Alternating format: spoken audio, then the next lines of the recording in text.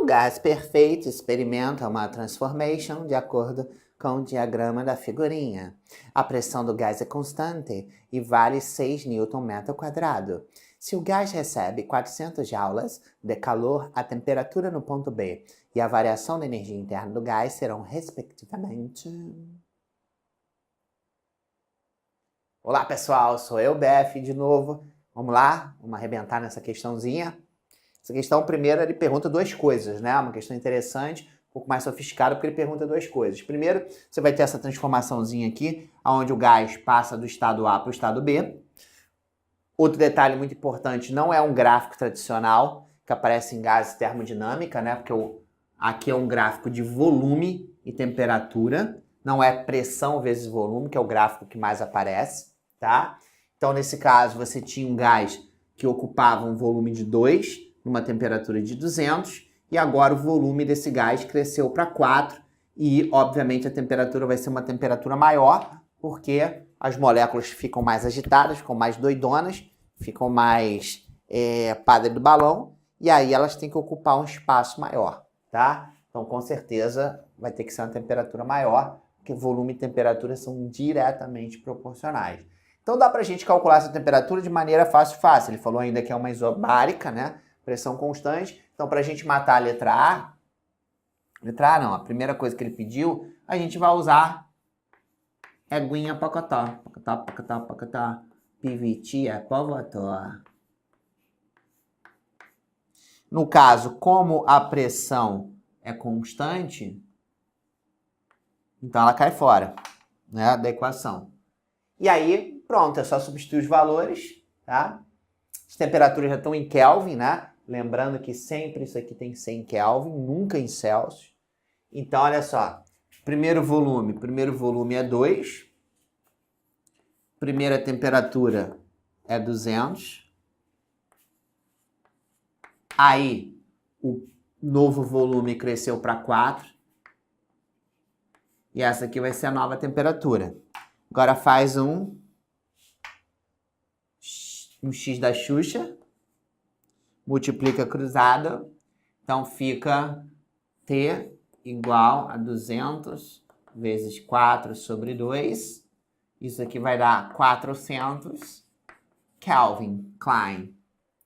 Então faz sentido, né? O volume dobrou, a temperatura também dobrou, tá? Ou seja, as moléculas ficaram o dobro mais agitadas, e aí elas têm que ocupar agora um espaço que é 2 vezes maior que o primeiro.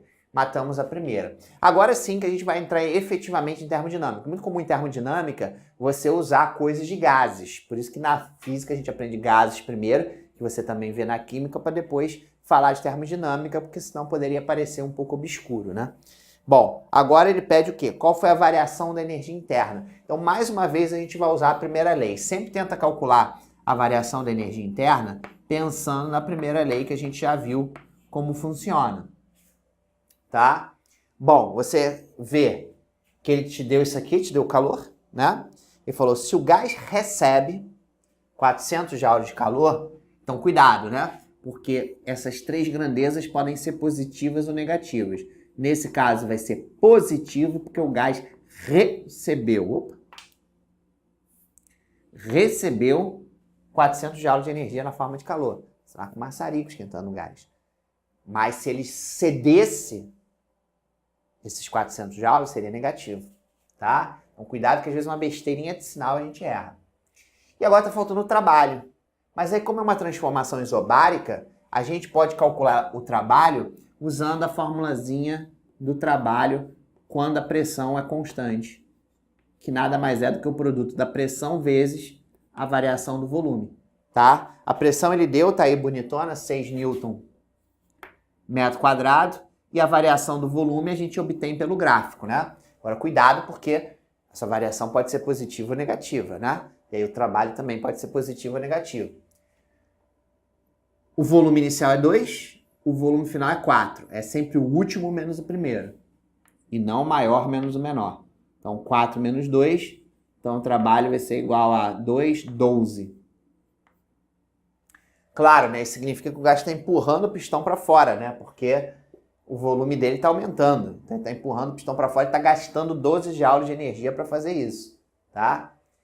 Então agora dá para matar, né? Você vê o seguinte, o gás está recebendo 400 joules de energia, é o que ele ganha, gasta 12 joules empurrando o pistão para fora, então o resto ele vai guardar na forma de energia interna, que vai ser a diferença, que vai dar o quanto? 388. Mas aí usando a primeira lei bonitinha, se for uma prova discursiva lá, o trabalho vai dar 12, e aí a gente calcula o ΔU. Então o ΔU dá 388 joules, tá? Que significa que o gás está guardando boa parte dessa energia, ou seja, né, aumentando a sua agitação das moléculas, ó, aumentando a temperatura, e se a temperatura aumenta, o gás tem mais energia do que tinha antes, sacou? Então por isso que o ΔU deu positivo, porque a temperatura está crescendo. Show de bola? Então assim que você avalia esse tipo de questão. Então termodinâmica não é difícil, os alunos às vezes parece que acham que termodinâmica é um bicho-papão, mas não é. Mas você tem que pensar, tá? É diferente de probleminha de mecânica que é mais direto, que você tem que pensar o que é positivo, o que é negativo, o que significa um trabalho, o que significa um calor. Se você souber isso, com certeza você mata as questões com a maior facilidade do mundo, tá bom? Então é isso aí, continue com a gente, continue assistindo, para você arrebentar. Beijo, beijo, encantado, encantado. Até a próxima.